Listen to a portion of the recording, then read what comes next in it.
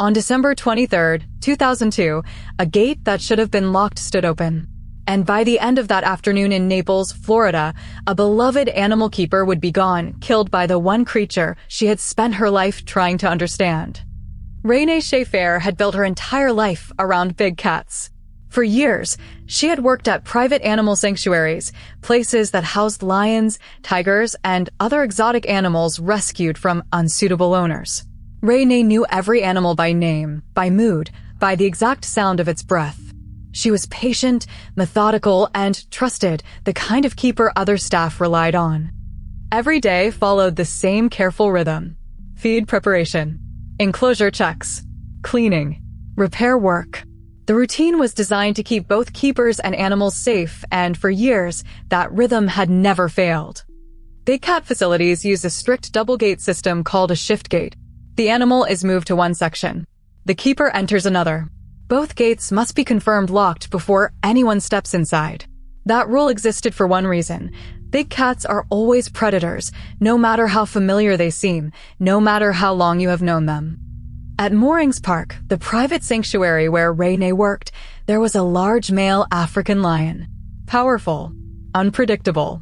And on that day in late December, he was inside an enclosure waiting for his afternoon feeding. On the afternoon of December 23rd, Renae was scheduled for a routine shift. She would feed the animals, check their enclosures, and perform minor maintenance. She had done this hundreds of times. She trusted the protocol. She trusted the gates. When Renae approached the lion enclosure that afternoon, she reached for the shift gate to check if it was secure, as she always did. But the gate moved. The latch was not fully seated. The bolt had not been pushed all the way through. Renae made a decision in that moment. She decided to fix the latch herself, to push it fully closed before proceeding. It was a task she had done before.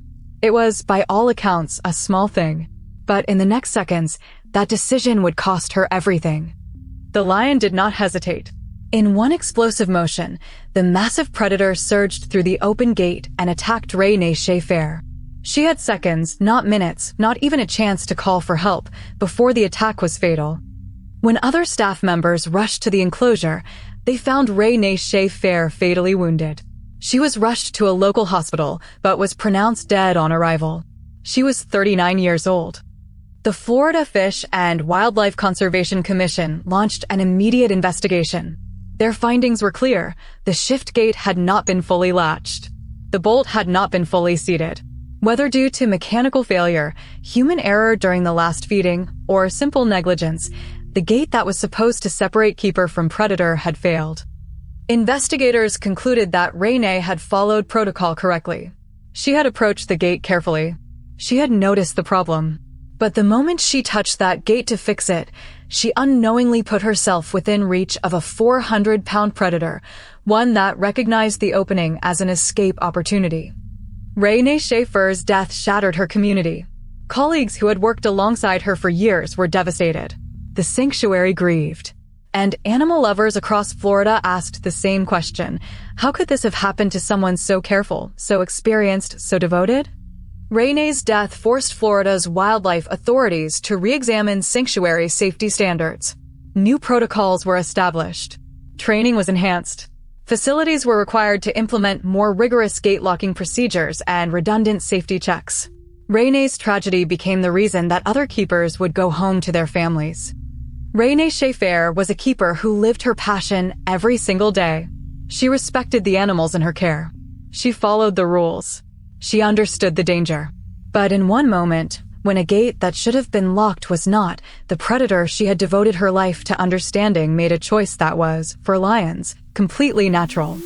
Renae's story reminds us that no matter how much we love wild animals, no matter how long we have worked with them, they are never fully tame.